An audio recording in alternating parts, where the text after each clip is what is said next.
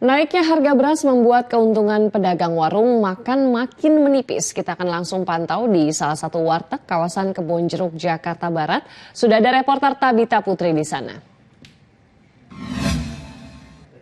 Tabita, silahkan dengan laporannya. Ya, Sela, Purnama dan juga pemirsa, memang imbas dari kenaikan harga beras yang semakin tinggi ini juga memberikan dampak yang signifikan kepada para pemilik warung Tegal ataupun warteg. Salah satunya di warteg yang ada di Kebonjeruk, Jakarta Barat, di mana lokasi saya melaporkan saat ini. Di mana tadi saat saya berbincang kepada pemilik warteg sendiri mengaku kewalahan dengan harga beras yang semakin tinggi. Jika biasanya mereka membeli satu karung beras ini di harga Rp600.000, kini membeli satu karung beras ini di harga Rp640.000 atau naik sebesar Rp40.000.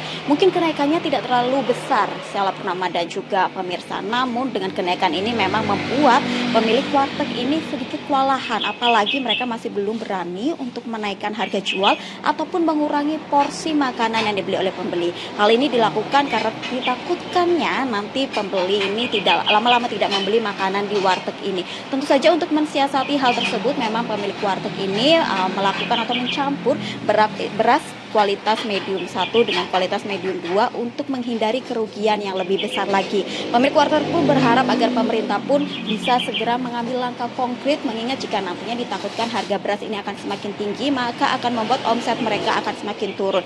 Nah, selain berdampak kepada warteg sendiri, pantauan beras di Pasar Kebayoran Lama, Jakarta, memang untuk harga beras ini per hari ini naik di rata-rata Rp2.000.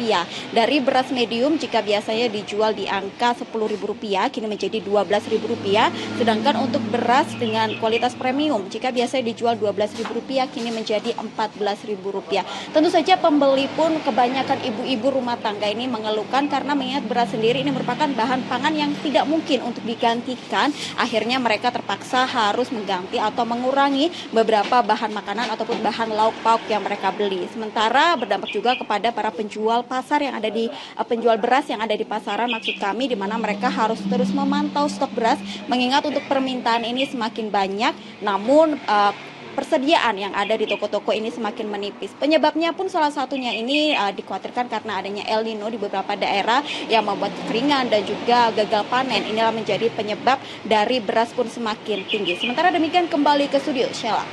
Baik, Tabita Putri melaporkan dari Kebonjeruk, Jakarta Barat.